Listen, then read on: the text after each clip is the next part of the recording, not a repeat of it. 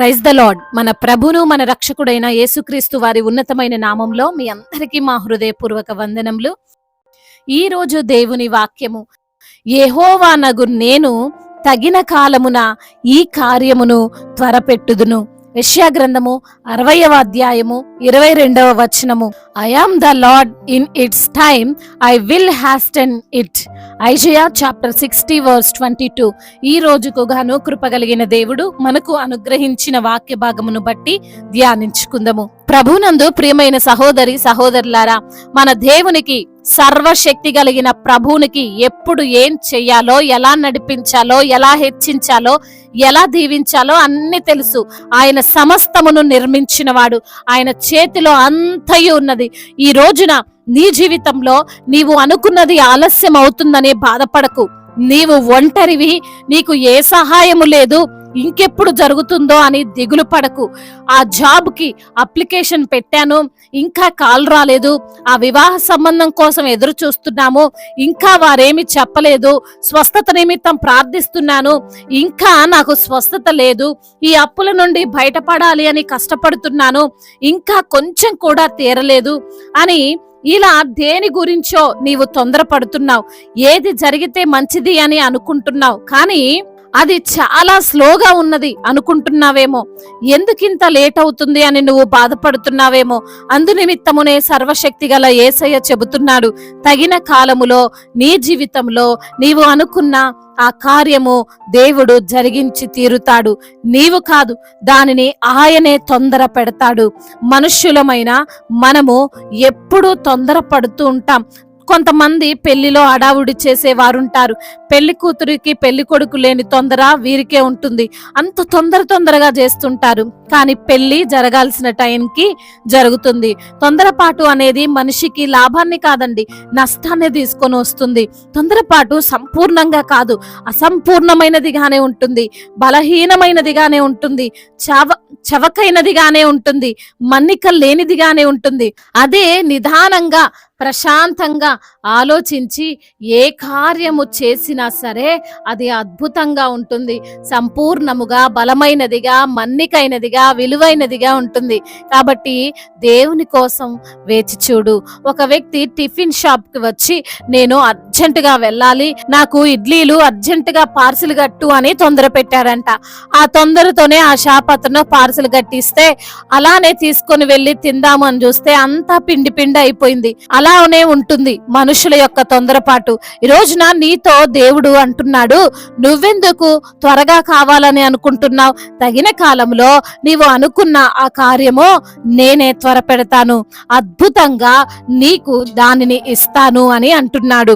అబ్రహాము జీవితాన్ని మనం చూస్తే వాగ్దానము చేసినట్లు గర్భఫలం కోసం ఎదురు చూస్తున్నాడు. శారా వచ్చి త్వరపెట్టింది. దానికి ఫలితంగా ఇష్మాయేలు భూమి మీదకి వచ్చాడు.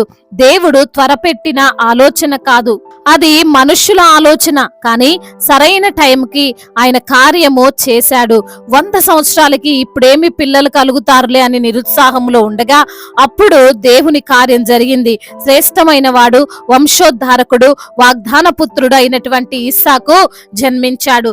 ఈ రోజున ఈ మాటలు వింటున్న ప్రియమైన సహోదరి సహోదరుడా, నీవు నీ జీవితంలో జరగాల్సిన మంచి కార్యము విషయంలో బాధపడకు. ఎప్పుడు ఏమి జరుగుతుందో, ఇంకా ఎన్నాళ్ళు వేచి చూడాలో అని చింతించకు. దేవుడు తగిన సమయంలో నువ్వు అనుకున్నంత తొందరలోనే కార్యము చేస్తాడు. వారిలో ఒంటరి అయిన వాడు 1000 మందగును, ఎన్నిక లేనివాడు బలమైన జనమగును. అంటే అది ఎప్పుడు జరుగుతుంది అంటే తగిన సమయములోనే జరుగుతుంది. అబ్రహాము నేను ఒక్కనే నా వంశం అంతమైపోతుంది అనుకున్నాడు, కానీ దేవుడు ఇసుక రేణువుల కంటే ఎక్కువగా అబ్రహాము సంతానమును విస్తరించాడు. కాబట్టి నీవు తొందరపడి నిర్ణయాలు తీసుకోవద్దు, తొందరపడి నీ సొంత ప్రయత్నాలు చేయొద్దు, ఆతురతతో నష్టపోవద్దు. దేవుడు నీతో అంటున్నాడు, అనవసరంగా టెన్షన్ పడొద్దు అని. తగిన కాలం ఉంటుంది. ఆ తగిన కాలం ఏంటి అనేది భూమి మీద ఉన్న ఏ నరునికి తెలియదు, ఒక దేవునికి తప్ప. అప్పుడు దానిని దేవుడు జరిగిస్తాడు, ఆయన త్వర పెడతాడు. అప్పుడు జరగాల్సింది ఏది కూడా ఆగదు. అడ్డుపడినా ఆపలేరు, నిన్నెవరూ బలహీనపరచలేరు. కాబట్టి దేవుని పైన నమ్మకంతో విశ్వాసముతో ఆయన మీద భారం వేసి ప్రశాంతంగా జీవించు, కార్యాలు అవే జరుగుతాయి.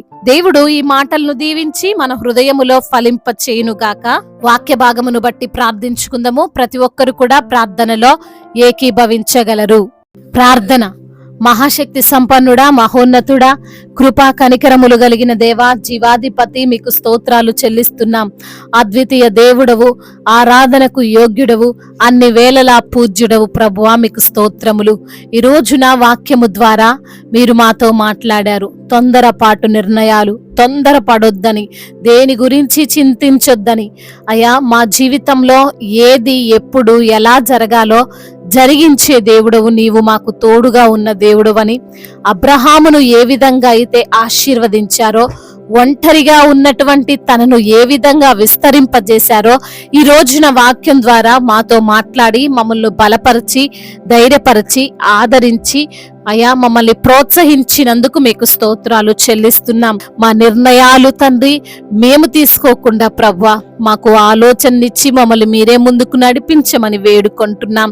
ఈ రోజున ఎందరైతే బిడ్డలు వాక్యమును విని ప్రార్థనలో ఏకీభవిస్తున్నారో ప్రతి బిడ్డను మీరు పేరు పేరున దీవించండి, ఆశీర్వదించండి, బలపరచండి. మీ యొక్క కృప కటాక్షము, మీ యొక్క సన్నిధిని అయా వారితో ఉంచమని వేడుకుంటున్నాం ప్రభువా. అదే విధంగా నా తండ్రి, అనారోగ్యముతో బాధపడుతున్న ప్రతి బిడ్డను మీరు తాకండయ్యా. వారికి ఉన్న శారీరక రుగ్మత, బలహీనత, వ్యాధి బాధలన్నిటి నుంచి కూడా విడుదల దయచేయండి తండ్రి. అయా పెరాలసిస్ తో బాధపడుతున్న బిడ్డలు, మరి హార్ట్ ప్రాబ్లంతో సర్జరీ అయి బాధపడుతున్న ప్రతి బిడ్డను కూడా మీరు ముట్టండయ్యా. సంపూర్ణ ఆరోగ్యాన్ని దయచేయండి ప్రభా. వెంటిలేటర్స్ పై ఉండి ప్రభా, మరి ఆక్సిజన్ తీసుకోవడానికి ఇబ్బంది అవుతున్నటువంటి ప్రతి బిడ్డను కూడా మీరు తాకండి నా ప్రభా. అయా ఆర్థికంగా ఎందరైతే బిడ్డలు నష్టమైనటువంటి స్థితిలో ఉన్నారో ప్రభా, అయా ఆ నష్టాలలో నుండి తండ్రి వారికి విడుదల దయచేసి లాభాలను వారికి మీరు అనుగ్రహించమని వేడుకుంటున్నాము తండ్రి. నిందకు ప్రతిగా రెట్టింపు ఘనత ఇచ్చేటువంటి దేవుడు తండ్రి. ప్రతి బిడ్డను మరి నా తండ్రి ఆ నిందలు, అవమానాలు, అవహేళనలు అన్నిటి నుంచి కూడా ప్రతి ఒక్కరికి విడుదల దయచేయండి నా దేవా. సంతానము లేక బాధపడుతున్నటువంటి బిడ్డలు ఎందరో ఉన్నారయ్యా, వారికి తండ్రి సంతానాన్ని దయచేయమని వేడుకుంటున్నాము అయ్యా. మరి అదే విధంగా నా ప్రభువ, బిజినెస్ లో నష్టపోయిన స్థితిలో ఉన్నారో నష్టాలను లాభకరంగా మార్చండి. చేతి పనులను మీరు దీవించండి. ఆర్థికంగా బిడ్డలను బలపరచండి. అప్పుల ఊబిలో నుండి విడిపించండి. కుటుంబ సమస్యల నుండి విడుదల దయచేయండి. అదే విధంగా నా ప్రభువ, ఎందరైతే బిడ్డలు మరి నా తండ్రి చేతి పని చేసుకుంటున్నారో వారిని దీవించండి అయ్యా. మరి తండ్రి కూలి పని చేసుకున్న వారిని దీవించండి అయ్యా. పగలు ఎండ దెబ్బైనను, రాత్రి వెన్నెల దెబ్బైనను వారికి తగలకుండా మీ యొక్క కాపుదలలో అయ్యా వారిని తండ్రి భద్రపరచమని వేడుకుంటున్నాము తండ్రి. అదేవిధంగా అధికారులందరికీ మీరు తోడై ఉండండి. సమయోచితమైన జ్ఞానమును వారికి మీరు అనుగ్రహించండి అయ్యా. మీ మెండైన కృప ప్రతి బిడ్డ పైన కుమ్మరించమని బ్రతిమిలాడుకుంటున్నాము తండ్రి. అదే విధంగా నా ప్రభ, ఎందరైతే బిడ్డలు ఈ రోజున నా ప్రభ మరి తండ్రి మీ యొక్క సువార్త పనిలో ముందుకు వెళ్తున్నారో నా తండ్రి వారిని మీరు బలపరచండి, ధైర్యపరచండి అయ్యా. వారు ఎక్కడైతే సువార్త ప్రకటిస్తున్నారో ప్రతి ఒక్కరు ప్రభ మీ సువార్తకు లోబడే మనసు, మిమ్మల్ని ప్రేమించే మనసు, మీరే నిజమైన దేవుడని ఒప్పుకునేటువంటి మనస్సును వారికి దయచేయండి అయ్యా. మరి తండ్రి పరిచారకులను దీవించండి ప్రభ. దైవజనులందరికీ మీరు తోడుగా ఉండండి అయ్యా.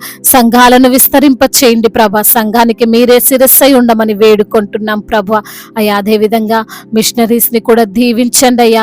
వారి పరిచర్యను మీరు ఆశీర్వదించండి నా తండ్రి. వారికి ఉన్న ఇరుకులు, ఇబ్బందులు అన్నిటి నుంచి కూడా విడుదల దయచేయమని వేడుకుంటున్నాం ప్రభా. అదే విధంగా నా తండ్రి ఎందరైతే బిడ్డలు అయ్యా చిన్న బిడ్డలను కాచి కాపాడండి. యవన బిడ్డలందరికీ తండ్రి మీ యొక్క జ్ఞానమును, వివేచనను వారికి అనుగ్రహించండి. ముఖ్యంగా మీ యందు భయభక్తులు కలిగినటువంటి బిడ్డలుగా యవన బిడ్డలను మీరు నిలవబెట్టుకోమని వేడుకుంటున్నాం అయా. చెడు వ్యసనాలు, చెడు వ్యామోహాలు, చెడు స్నేహాల నుండి బిడ్డలకు విడుదల దయచేయమని వేడుకుంటున్నాము తండ్రి. ముఖ్యంగా తల్లిదండ్రి మాటకు లోబడేటువంటి మనసును వారికి దయచేయండి తండ్రి. ముఖ్యంగా నా తండ్రి మీ యొక్క వాక్యానుసారంగా జీవించే కృపను దయచేయమని వేడుకుంటున్నామయ్యా. చెప్పుకోలేనటువంటి బాధలన్నిటి నుంచి కూడా విడుదల దయచేయమని అయా తండ్రి. ఇతర దేశాలను, ఇతర రాష్ట్రాలను అయా నీవు సృష్టించిన ప్రతి ఒక్క తండ్రి, మనుష్యుని బట్టి ప్రభా మిమ్మల్ని స్తుతిస్తూ మిమ్మల్ని ఆరాధిస్తూ సజీవుడు బలవంతుడైన యేసుక్రీస్తు వారి ఉన్నతమైన ప్రేమ కలిగిన నామంలో ఈ ప్రార్థనను అడిగి వేడుకొని పొందుకొని ఉన్నాము మా ప్రియ పరలోకపు తండ్రి. ఆమేన్. ఈ రోజు పెళ్లి రోజు మరియు పుట్టినరోజు జరుపుకున్న వారందరినీ దేవుడు దీవించి సకల మేలులతో, సకల ఆశీర్వాదములతో, కృపాక్షేమములతో, శాంతి సమాధానముతో, మెండైన దీవెనలతో దేవుడు మిమ్మల్ని నింపునుగాక. మీ యొక్క ప్రార్థన అవసరతలను మాకు తెలియజేయగలరు. మీ కొరకు మేము తప్పక ప్రార్థిస్తాము. మొదటిసారిగా మన యొక్క ఆదరణ వాక్యం చూస్తున్నట్లయితే తప్పకుండా సబ్స్క్రైబ్ చేసుకోగలరు.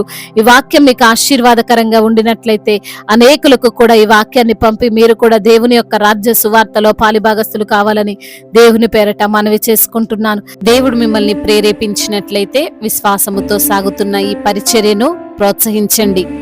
May God bless you all. దేవుడు మిమ్మల్ని దీవించి బలపరిచి స్థిరపరచును గాక.